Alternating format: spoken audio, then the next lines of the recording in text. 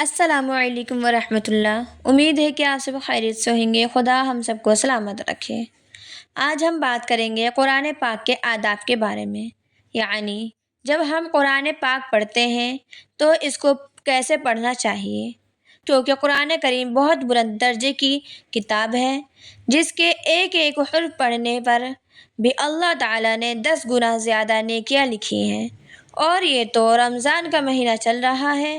حدیث پاک کا مفہوم ہے، اللہ کے رسول صلی اللہ علیہ وسلم نے ارشاد فرمایا کہ جو شخص قرآن پاک کا ایک حرف بھی پڑھتا ہے تو اس کے لیے ایک نیکی ہے، اور وہ ایک نیکی 10 گنا زیادہ بڑھا دی جاتی ہے۔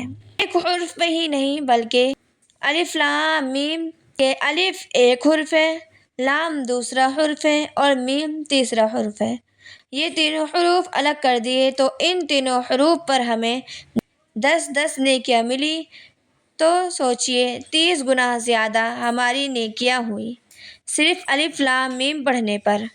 تو سوچئے اگر ہم قرآن کریم کو دن میں کتنی مرتبہ پڑھیں گے تو ہمیں کتنی ہی نیکیاں ملیں گی۔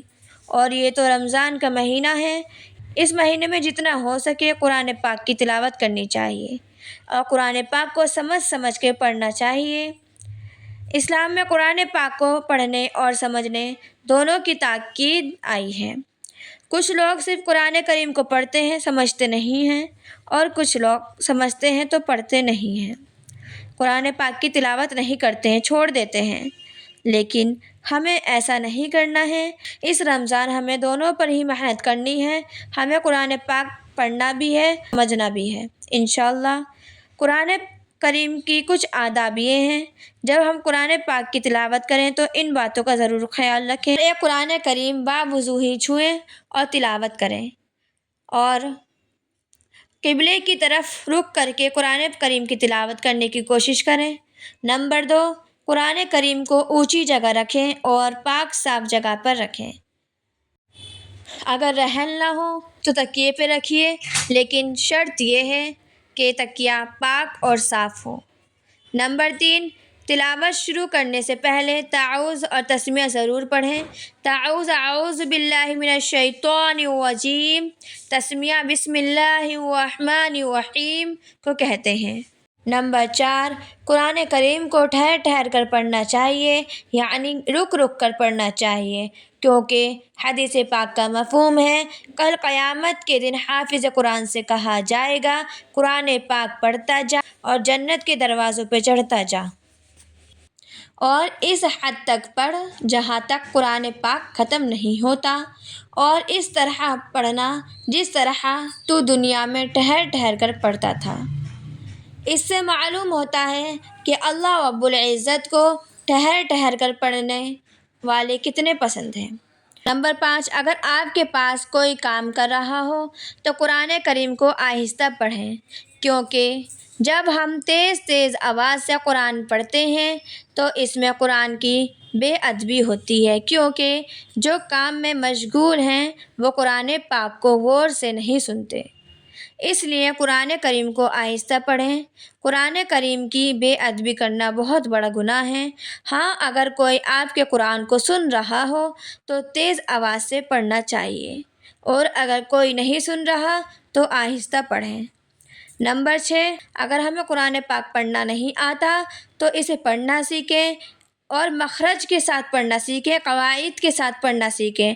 قرآن پاک سیکھنے کی کوئی عمر نہیں ہوتی، کسی بھی ایج میں ہم قرآن پاک سیکھ سکتے ہیں۔ ہمیں قرآن پاک پڑھنے کا بھرپور شوق ہونا چاہیے۔ جب ہمیں قرآن پاک پڑھنے کا شوق ہوتا ہے تو ہم سیکھ بھی بہت جلدی جاتے ہیں۔ قرآن پاک اللہ رب العزت نے اس لیے ہی نازل کیا ہے تاکہ ہم گمراہ نہیں ہوں، لیکن قرآن پاک کے ہونے کے باوجود بھی ہم آج گمراہ ہو رہے ہیں۔ کیوں؟ کیونکہ ہمارے اندر قرآن پاک کو سیکھنے اور سمجھ سمجھ کے پڑھنے کا شوق، جذبہ نہیں ہے۔ جب ہم قرآن پاک کو سیکھیں گے اور سمجھیں گے تو ہم کو معلوم ہوگا کہ اللہ رب العزت نے ہم کو کیا حکم دیا ہے۔ انشاءاللہ ہم آج سے قرآن پاک کو سمجھ کے پڑھیں گے اور قواعد کے ساتھ پڑھیں گے، اور جنہیں قرآن پڑھنا نہیں آتا وہ سیکھیں گے انشاءاللہ۔ نمبر 7، قرآن کریم میں 14 سجدے ہیں۔ ان 14 سجدوں کا کرنا ضروری ہے۔ ہو سکے تو جس وقت آپ کے پارے میں سجدے آئیں اسی وقت سجدے کریں انشاءاللہ۔ یہ تھے قرآن پاک کے کچھ آداب جن کا کرنا ہمارے لیے بہت زیادہ ضروری ہے۔ انشاءاللہ تعالی جب ہم قرآن پاک پڑھیں گے تو انہی ادب کے ساتھ پڑھیں گے۔ اللہ تعالی ہم سب کو سننے اور بولنے سے زیادہ عمل کرنے کی توفیق عطا فرمائے، آمین ثم آمین۔ دعاؤں میں یاد رکھیے گا۔ السلام علیکم ورحمۃ اللہ۔